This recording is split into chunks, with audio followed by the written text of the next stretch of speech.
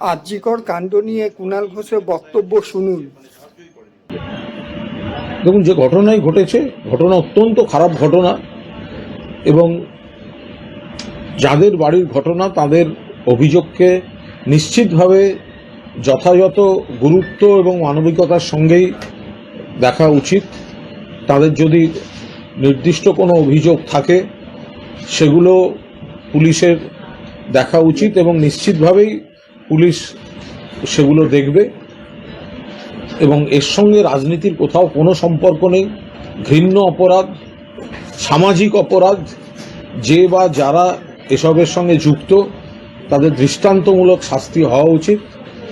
আবার বলছি, যাদের বাড়িতে এই ঘটনা ঘটেছে তাদের অভিযোগগুলি, তাদের যে আক্ষেপ বা অভিযোগ, সেগুলো যথেষ্ট গুরুত্বের সঙ্গে পুলিশ প্রশাসনের দেখা উচিত।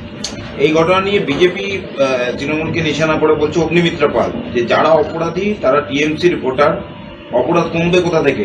এখন যারা মহিলাদের ধর্ষণ করছে, মহিলাদের গায়ে হাত দিচ্ছে, তারাই টিএমসির ভোটার। এগুলো সমস্ত অবাস্তব কথাবার্তা। এই নোংরামিগুলো করছেন কেন এনারা?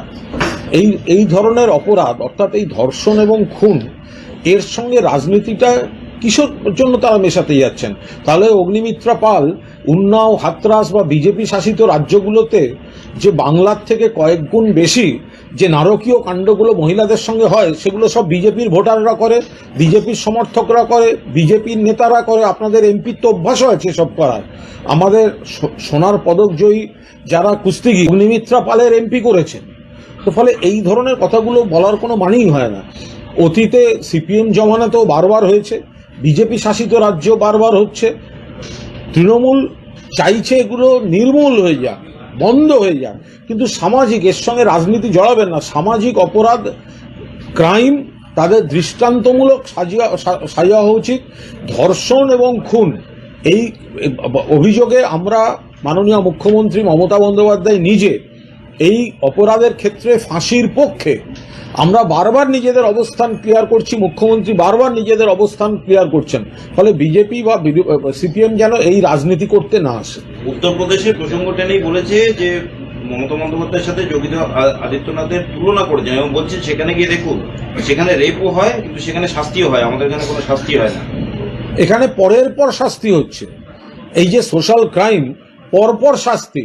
গত কয়েকদিনে যদি আপনারা দেখেন তাহলে জয়নগর, ফরাক্কা, গুড়াপ, এই শিলিগুড়ি, এই সব মানে মাটিগাড়া, তো সেই সব পরপর রাজ্য পুলিশ তদন্ত করে ফাঁসির সাজা আদায় করে এনেছে।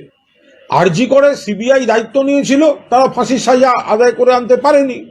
আর উন্নাও, হাতরাস, ওখানে তো আসল অপরাধীরা ধরাই পড়ে না। এমনকি কেন্দ্রীয় এজেন্সি তদন্ত করার পরেও তারা ছাড় পেয়ে যায়। ফলে দয়া করে উত্তরপ্রদেশ, মধ্যপ্রদেশ, ওগুলো নিয়ে ভুল কথা বলতে যাবেন না অগ্নিমিত্রা পাল। যদি কোনো বক্তব্য রাখার সাহস থাকে তাহলে ব্রিজভূষণ, আপনাদের এমপি, মহিলা কুস্তিগিরদের শ্লীলতাহানিতে অভিযুক্ত, শ্লীলতাহানিতে, তার বিরুদ্ধে আপনারা কোনো ব্যবস্থা নেননি, আগে তার কৈফিয়ত দিন। মেদিনীপুর মেডিকেল কলেজে প্রসূতি মৃত্যুর জেরে চিকিৎসকদের যে সাসপেন্ড করা হয়েছে তার প্রতিবাদে আজকে বিরোধী দলনেতা সেখানে মিছিল করেছেন, এবং এই মিছিল থেকে তিনি আওয়াজ তুলেছেন যে হাজার হাজার লক্ষ লক্ষ মানুষকে বিষ স্যালাইন দিয়েছেন মুখ্যমন্ত্রী, এবং স্বাস্থ্য সচিব দায় মুখ্যমন্ত্রী পদত্যাগ দাবি করছে, ওনাকে গ্রেপ্তার করা হোক, এবং এই সাসপেনশন মানছি না। দেখুন, যত বেশি অপপ্রচার করবে তত বেশি বাংলার মানুষ এই বিরোধীদের সস্তা রাজনীতি সেটা ধরতে পারবেন। বাংলার মানুষ এদের পাশ থেকে সরে গিয়েছেন, আরও সরে যাবেন। মেদিনীপুর মেডিকেল কলেজে যে প্রসূতির মৃত্যু, তার তদন্ত চলছে, স্যালাইন রিটেস্টিংয়ে পাঠানো হয়েছে।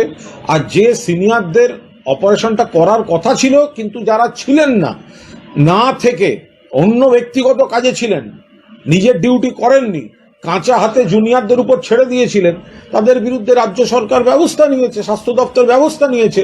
তো তাহলে যারা দায়িত্বে, যারা সিনিয়র, যাদের রেসপন্সিবিলিটি, তারা ওটি না করে কাঁচা হাতে ছেড়ে দিল, সেইগুলোকে সমর্থন করছেন তো বিরোধী এই শক্তির এসব নেতারা। তো তাহলে আপনারা অপরাধ সমর্থন করবেন, অপরাধীকে সমর্থন করবেন, আবার মুখে ন্যায় বিচারের কথা বলবেন, এ তো বিচারিতা। আমাদের ভিডিও ভালো লাগলে লাইক ও শেয়ার করুন, কমেন্ট সেকশনে গিয়ে জানান আপনাদের মতামত। আরও ভিডিও পেতে চ্যানেলকে সাবস্ক্রাইব করুন। প্রতি মুহূর্তে খবরের আপডেট পেতে প্রেস করুন বেল আইকন।